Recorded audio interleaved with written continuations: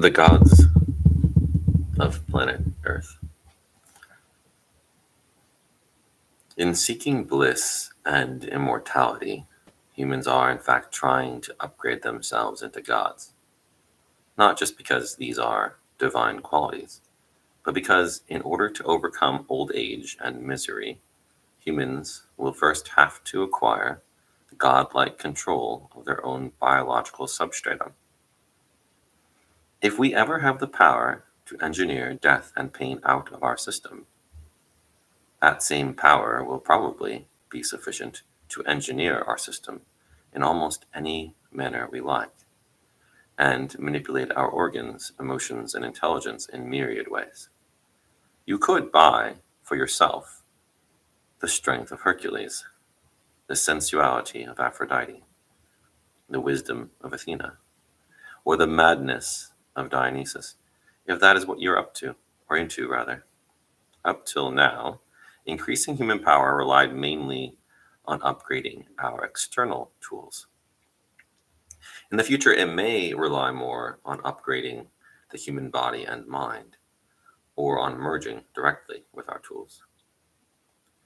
The upgrading of humans into gods may follow any of three paths: biological engineering, cyborg engineering, and the engineering of non organic beings. Biological engineering starts with the insight that we are far from realizing the full potential of organic bodies. For 4 billion years, natural selection has been tweaking and tinkering with these bodies, so that we have gone from amoeba to reptiles to mammals to sapiens. Yet there is no reason to think that sapiens is the last station. Relatively small changes in genes, hormones, and neurons were enough to transform Homo erectus, who could produce nothing more impressive than flint knives, into Homo sapiens, who produces spaceships and computers. Who knows what might be the outcome of a few more changes to our DNA, hormonal system, or brain structure? Bioengineering is not going to wait patiently for natural selection to work its magic.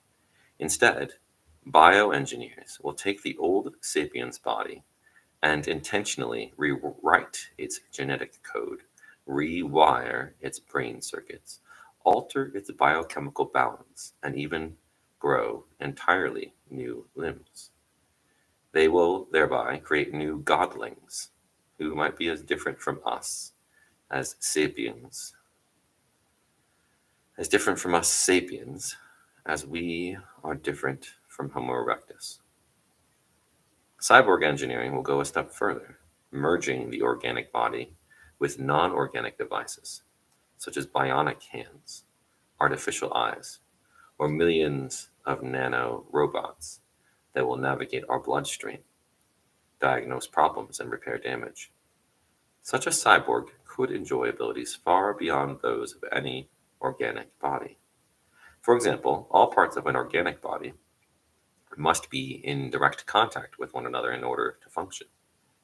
If an elephant's brain is in India, its eyes and ears in China, and its feet in Australia, then this elephant is most probably dead. And even if it is in some mysterious sense alive, it cannot see, hear, or walk.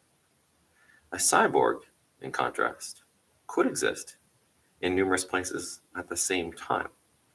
A cyborg doctor could perform emergency surgeries in Tokyo, in Chicago, and in a space station on Mars without ever leaving her Stockholm office. She will only need a fast internet connection and a few pairs of bionic eyes and hands. On second thought, why pairs? Why not quartets? Indeed, even those are actually superfluous. Why should a cyborg doctor hold a surgeon's scalpel by hand when she could connect her mind directly to the instrument?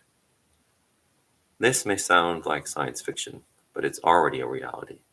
Monkeys have recently learned to control bionic hands and feet disconnected from their bodies through electrodes implanted in their brains. Paralyzed patients are able to move bionic limbs or operate computers by the power of thought alone. If you wish, you can already remote control electric devices in your house using an electric mind-reading helmet. The helmet requires no brain implants. It functions by reading the electric signals passing through your scalp. If you want to turn on the light in the kitchen, you just wear the helmet, imagine some pre-programmed mental sign. For example, imagine your right hand moving, and the switch turns on. You can buy such helmets online for a mere $400. In early 2015, several hundred workers in the Epicenter high-tech hub in Stockholm had microchips implanted into their hands. The chips are about the size of a grain of rice and so store personalized security information that enables workers to open doors and operate photocopiers with a wave of their hand. Soon they hope to make payments in the same way. One of the people behind the initiative, Hannes Sjöwall, explained that we already interact with technology all the time. Today it's a bit messy. We need PIN codes and passwords. Wouldn't it be easy to just touch with your hand? Yet even cyborg engineering is relatively conservative, inasmuch as it assumes that organic brains will go on being the command and control centers of life. A bolder approach dispenses with organic parts altogether and hopes to engineer completely non-organic beings.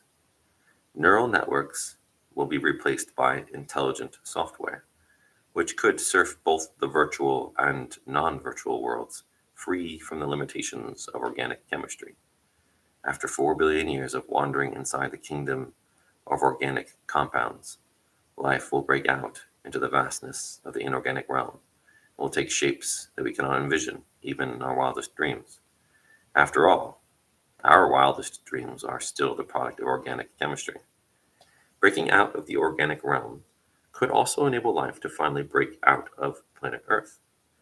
For 4 billion years, life remained confined to this tiny speck of a planet because natural selection made all organisms utterly dependent on the unique conditions of this flying rock.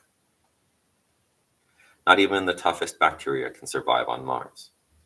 A non-organic artificial intelligence, in contrast, will find it far easier to colonize alien planets.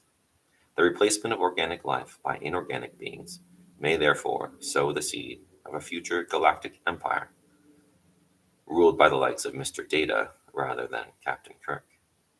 We don't know where these paths might lead us, nor what our godlike descendants will look like. Foretelling the future was never easy, and revolutionary biotechnologies make it even harder.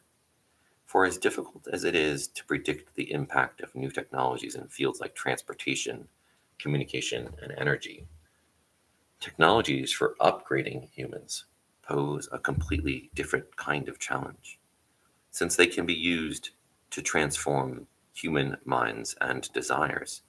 People possessing present day minds and desires, by definition, cannot fathom their implications. For thousands of years, history was full of technological, economic, social, and political upheavals. Yet one thing remained constant: humanity itself.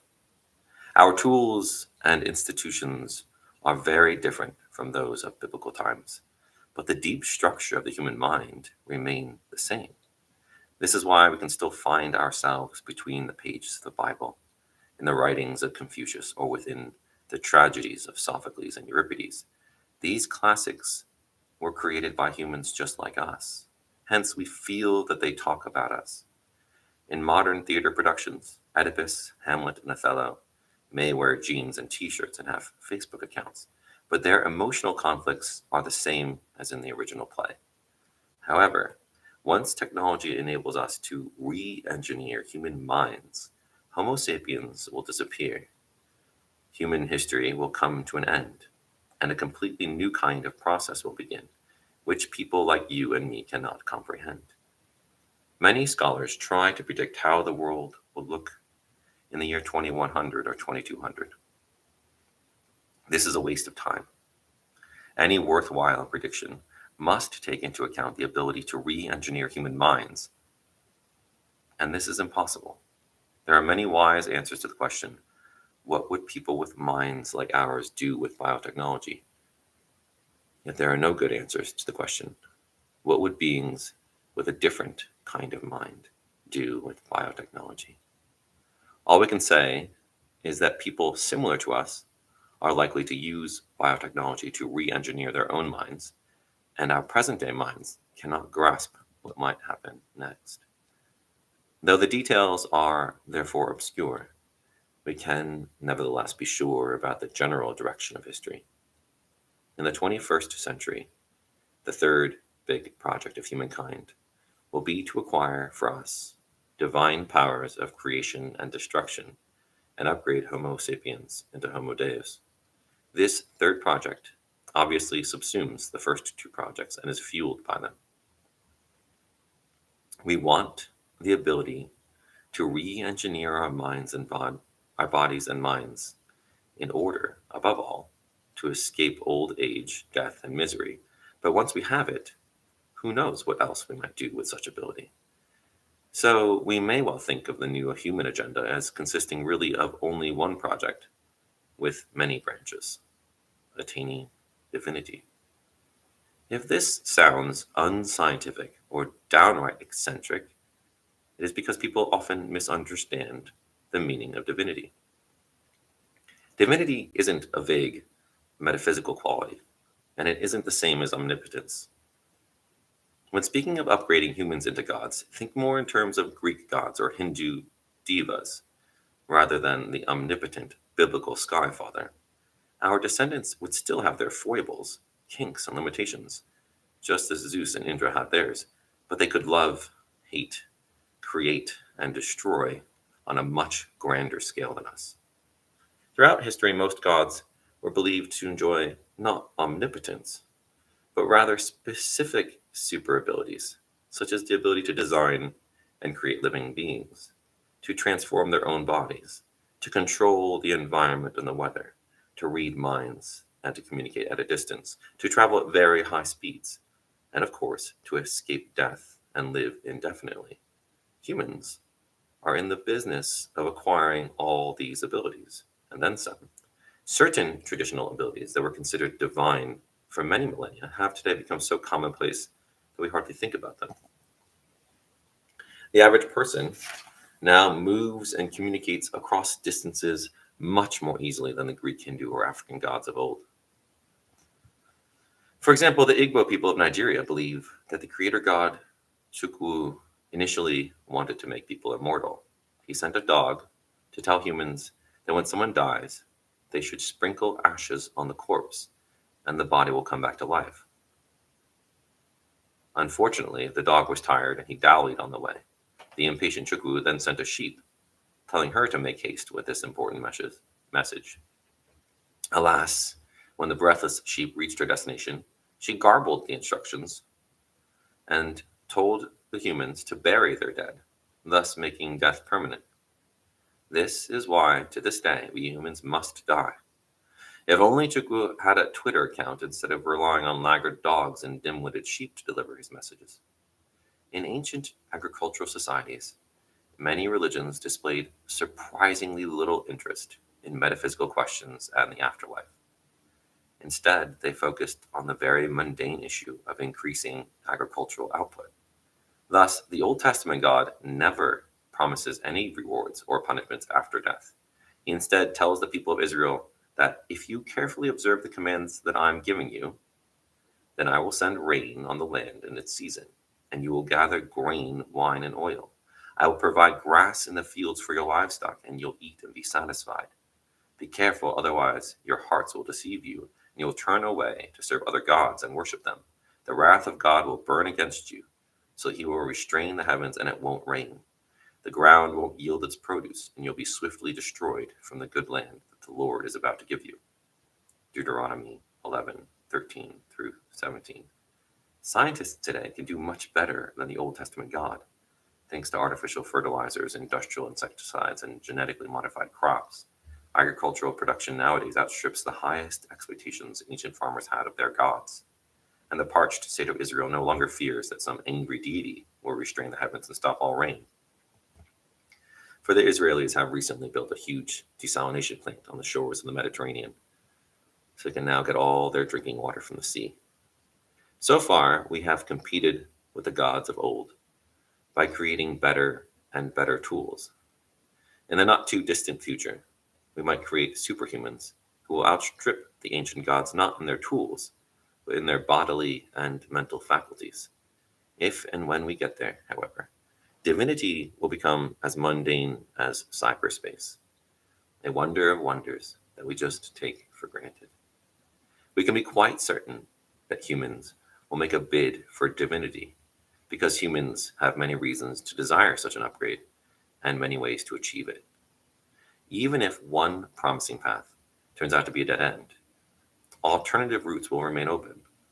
For example, we may discover that the human genome is far too complicated for serious manipulation, but this will not prevent the development of brain computer interfaces, nanorobots, or artificial intelligence. No need to panic, though, at least not immediately. Upgrading sapiens will be a gradual historical process rather than a Hollywood apocalypse. Homo sapiens is not going to be exterminated by a robot revolt. Rather, Homo sapiens is likely to upgrade itself step by step, merging with robots and computers in the process, until our descendants will look back and realize that they are no longer the kind of animal that wrote the Bible, built the Great Wall of China, and laughed at Charlie Chaplin's antics. This will not happen in a day or a year. Indeed, it is already happening right now through innumerable mundane actions. Every day, millions of people decide to grant their smartphone a bit more control over their lives or try a new and more effective antidepressant drug. In pursuit of health, happiness, and power, humans will gradually change first one of their features and then another and another until they will no longer be human.